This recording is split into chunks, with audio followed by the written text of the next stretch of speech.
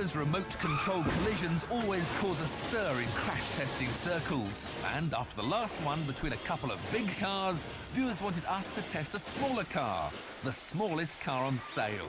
So, tonight on Fifth Gear, we're bringing you our fastest crash test ever. We're asking, how much stick can a Smart take? It looks like a cutie, but people always say the same thing. You wouldn't want to have a crash in one. Well, we've always wanted to test that, and tonight it'll face its biggest ever challenge. 1, 2, 3, break time! In spite of its size, the Smart has done quite well in crash tests so far. Euro NCAP awarded it 3 out of 5 stars, and soon after it was launched in '98, a stoved-in Smart appeared on German telly.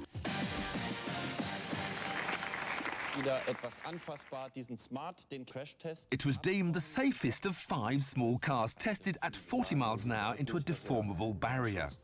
Last year, insurance companies Decra and Winterthur upped the ante and fired a Smart into another car. The green Fiat Seicento's roof sickeningly creased under the strain, severely reducing the survival area. The orange Smart stayed intact, and its passengers would have sustained just minor injuries. But what if the Smart is a big car? Well, German car magazine Auto, Motor und Sport moved things on again and launched the Smart into a Mercedes S-Class. With both cars doing 30 miles an hour, the Smart punched a hole in the murk before bouncing away. Although landing on its side would have hindered a rescue attempt, the Smart was still pretty much in one piece.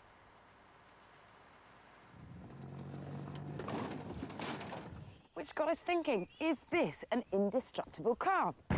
To find out, we had to raise the bar on all the previous research and invent our toughest ever test.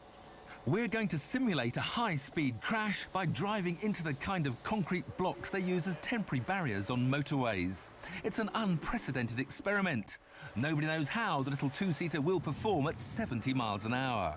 Some predict it will shatter the blocks. Others say we'll be picking up pieces of car for weeks to come. Join us later to see the results of Fifth Gear's fastest ever crash test.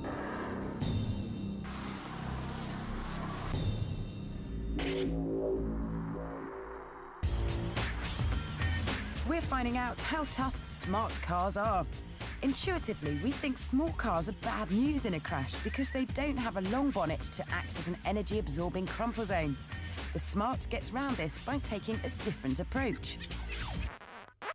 The key to its defences is its so-called Tritium safety cell, a rigid steel cage reinforced at key points.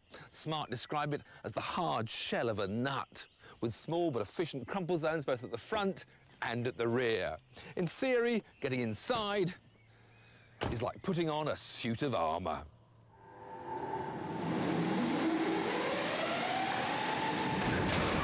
Even when it hits something more than twice as heavy, the bit where you sit is remarkably unaffected. There may not be a long crumple zone, but look how the Smart's windscreen remains intact. This is testimony to the rigidity of the passenger cell.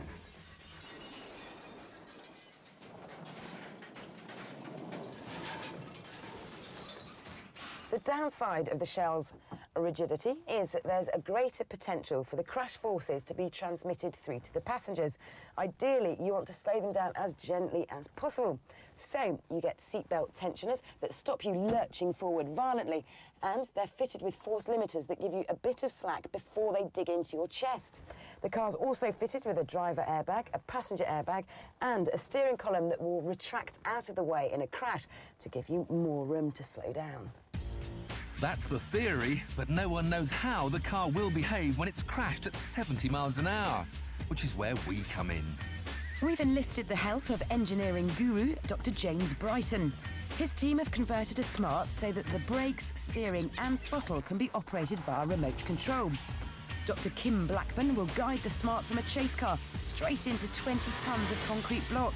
It'll be similar to losing control at 70 miles an hour and spearing off into the temporary barriers on a motorway. Surely now the Smart has met its match. Kim to James, 10 seconds. 10, 20, 30, 5, give me space, give me Great, thank you. 40. 45.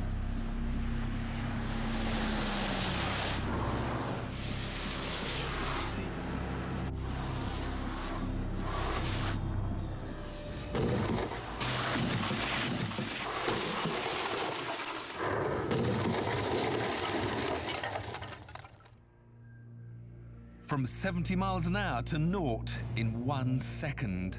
The little Smart hit with such energy that it moved 20 tons of concrete, leapt into the air and rebounded to the side of the road.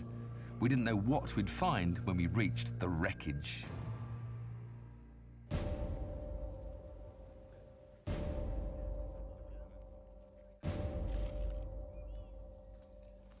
The steel cage has certainly done its job really well. You can still see the original shape, just that one nasty kink there. Don't forget, this is a car without a roof. The plastic was just shattered. So without even the strength of a roof, there hasn't been that much effect. You can in fact open the door. Bits fly out. And it's only really when you come around the front you do see that massive impact. Around the other side, though, it still looks remarkably like a Smart car. You can see the full shape of the door.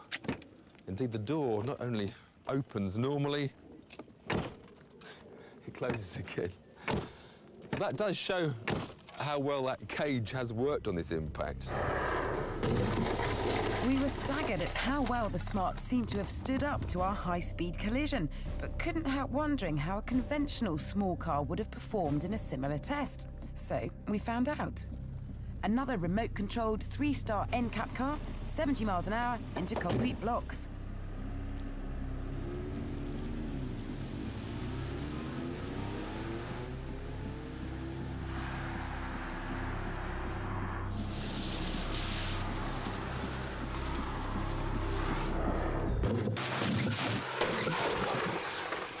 Without a super stiff structure like the Smart's, you can see how this car's bodywork ripples as the shockwave dissipates. But again, the body looks remarkably intact, given the huge energy involved. Closer inspection revealed that there had been some intrusion into the footwell, but in comparison, the Smart looked to have suffered even more.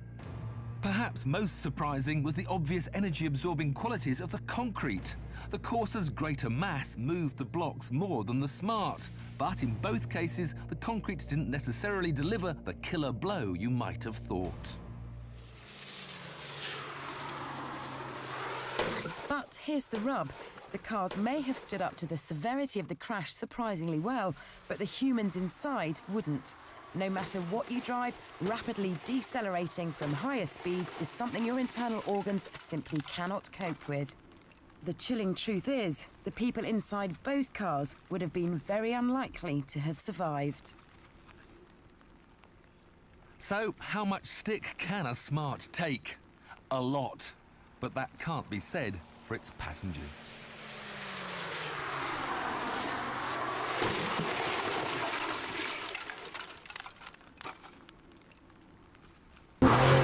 Finally, despite the car's extra length, it's actually 30 kilograms lighter than before. Oh, that means we can get to 62 a fifth of a second faster. So the... 2,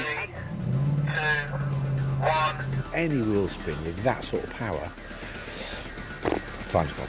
Go!